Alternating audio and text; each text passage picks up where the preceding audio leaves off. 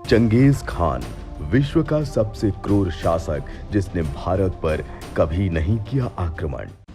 नमस्कार, आप सभी का स्वागत है द वायरल हिस्ट्री के इस खास प्रोग्राम में, जहां आपको इतिहास के बेहद दिलचस्प किस्सों से रूबरू होने का बेहतरीन मौका मिलता है।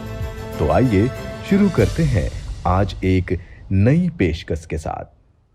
इतिहास में ऐसे अनेक शासक हुए हैं जिन्हें शक्ति की मिसाल माना जाता था। हाँ, इसमें कुछ अच्छे थे और कुछ बुरे भी, पर यह अच्छाई बुराई नजरिए पर निर्भर करता है कि हम उस शासक को कैसे देखते हैं। ठीक इसी तरह एक शासक था जिसने 1206 से 1227 ईस्वी के बीच विश्व के एक बड़े भूभाग पर अपनी विजय पताका को लहराया था, जिसका क्षेत्रफल लगभग 3 करोड़ 30 लाख वर्ग किलोमीटर माना जाता है। जिन क्षेत्रों पर उसने हमला किया, वहां के लोग उसे बेहद क्रूर शासक मानते थे, जबकि जहां का वो है वहां के कुछ लोग आज भी उसकी तस्वीर घर में रखते हैं। कहा जाता है कि वो इतना क्रूर था कि उसने लगभग 4 करोड़ हत्याएं करवाई थी और इतना अय्याश था कि उसके पत्नियों की संख्या सैकड़ों से भी ऊपर जाकर ही ठहरती है। लेकिन सबसे दिलचस्प बात यह है, इस शासक की कब्र का आज तक पता नहीं चल सका है। कौन था चंगेज खान? चंगेज खान नाम से मुस्लिम लगने वाला यह शासक वास्तव में मुस्लिम नहीं था। उसका असली नाम तेमुजिन था। वो एक मंगोल योद्धा था और मंगोल भाषा में तेमुजिन का अर्थ है लौह कर्मी। चंगेज खान नाम एक उपाधि थी। इस उपाधि का अर्थ था सागर का महान शासक। चंगेज खान का जन्म मंगोलिया के ओनोन नदी के किनारे साल 1162 ईस्वी में एक खाना बदोश कबीले में हुआ था। कहा जाता है कि उसके दाईं हाथ पर जन्म से ही खून का धब्बा था। उसकी माता होयलन और पिता येसुजेई थे। मंगोलिया में कबीलों के बीच अक्सर युद्ध होते रहते थे। कहा जाता है कि चंगेज खान के पिता ने उनकी माता को किसी दूसरे कबीले से भगाकर शादी की थी। कबीलों में दुश्मनी के कारण बचपन में ही चंगेज खान के पिता की हत्या कर दी गई थी।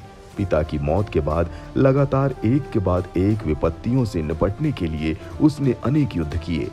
इसी बीच चंगेज खान की शादी भी हो गई। उसकी पत्नी का नाम बोरेत था। शादी के बाद उसकी पत्नी बोरेत का अपहरण कर लिया गया, जिसको छुड़ाने के लिए भी उसे लड़ाई लड़नी पड़ी थी। चंगेज खान से जुड़े रोचक तथ्य। बचपन से ही चंगेज खान गुस्सैल प्रवृत्ति का था। उसने अपने भाई की हत्या सिर्फ इस बात के लिए की थी क्योंकि उसने मछली चोरी की थी। चंगेज खान ने बचपन से ही युद्ध की बहुत कलाओं और बारीकियों को भी सीख लिया था। वो यायावर प्रवृत्ति का था। इसी वजह से वो लगातार घूमता रहा और विभिन्न देशों पर आक्रमण करता रहा। चंगेज खान अपने समय का सबसे क्रूरतम और बर्बर आक्रमणकारी शासक था। वो जिन जिन देशों से आक्रमण कर आगे बढ़ता, वहां अपनी बर्बरता के निशान छोड़ जाता था। ऐसा माना जाता है कि अपने पूरे जीवन काल में उसने लगभग 4 करोड़ से भी अधिक हत्याएं करवाई थी। यह संख्या हिटलर और स्टालिन द्वारा करवाए गए हत्याओं से भी बढ़कर है। अपने शासन काल में उसने नई लिपि उइघुर लिपि को अपनाया। उसने मंगोल में स्वतंत्र व्यापार को बढ़ावा दिया था। व्यापार को और भी सुगम बनाने के लिए और भी चुनौतियां थीं, जैसे रास्ते में होने वाली लूटपाट, जिनसे निपटने के लिए भी उसने इंतजाम किए। किस धर्म का था चंगेज खान? चंगेज खान के धर्म के विषय में अनेक मतभेद है। उसके शासन काल में धर्म को लेकर कभी विवाद नहीं हुए, ना ही उसने किसी एक धर्म को संरक्षण दिया। उसके राज्य में धार्मिक सहिष्णुता थी, मतलब सभी धर्म के लोगों को स्वतंत्रता थी। बता दें कि चंगेज खान तेंग्रिस धर्म का था। तेंग्री मंगोलों के मुख्य देवता थे। हालांकि बाद में उसने अन्य धर्मों के लोगों और धर्मगुरुओं से भी मुलाकात की थी, जैसे बौद्ध, इस्लाम और ईसाई धर्म आदि। चंगेज खान सन 1214 में जैन बौद्ध भिक्षु हायून से भी मिला था। इसके अलावा वो ताओइज्म के गुरु कुचुजी से भी काफी प्रभावित था।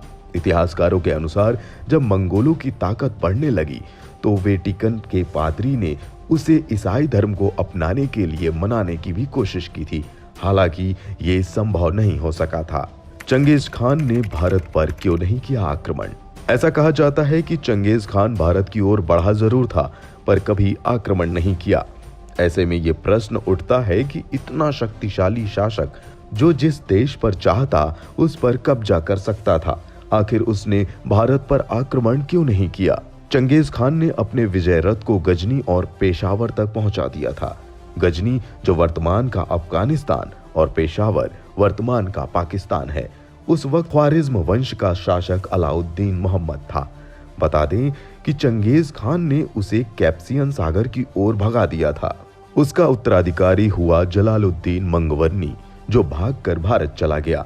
उस समय चंगेज खान ने उसका पीछा सिंधु नदी तक किया। उस वक्त दिल्ली में इल्तुतमिश का शासन था।